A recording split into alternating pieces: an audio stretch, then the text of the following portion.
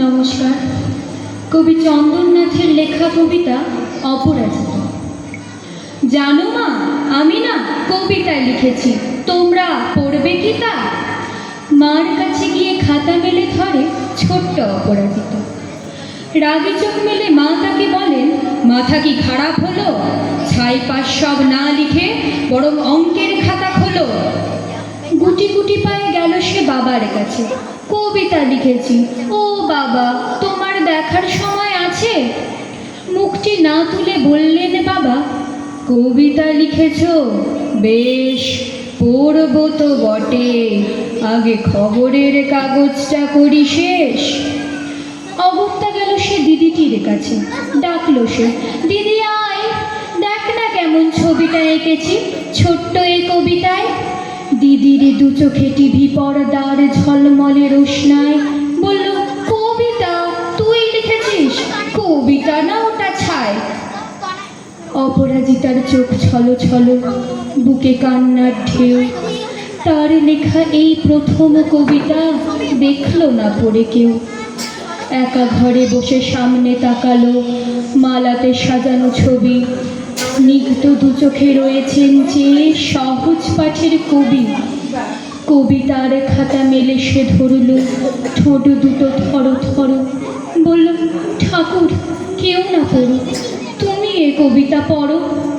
কি জানি কি করে কি যে হয়ে গেল, এ কথার সাথে সাথে রবি ঠাকুরের মালা থেকে ফুল ঝরল সে খাতাটিতে। মনে হলো তার সামনে দাঁড়িয়ে বুঝি রবীন্দ্রনাথ। মাথার উপরে রাখলেন তার আদর মাখানো হাত। নমস্কার। চোখের আলোয় দেখেছিলেন চোখের বাহিরে, চোখের আলোয় দেখেছিলেন চোখের বাহিরে, অন্তরে আজ দেখব যখন আলো বাহিরে,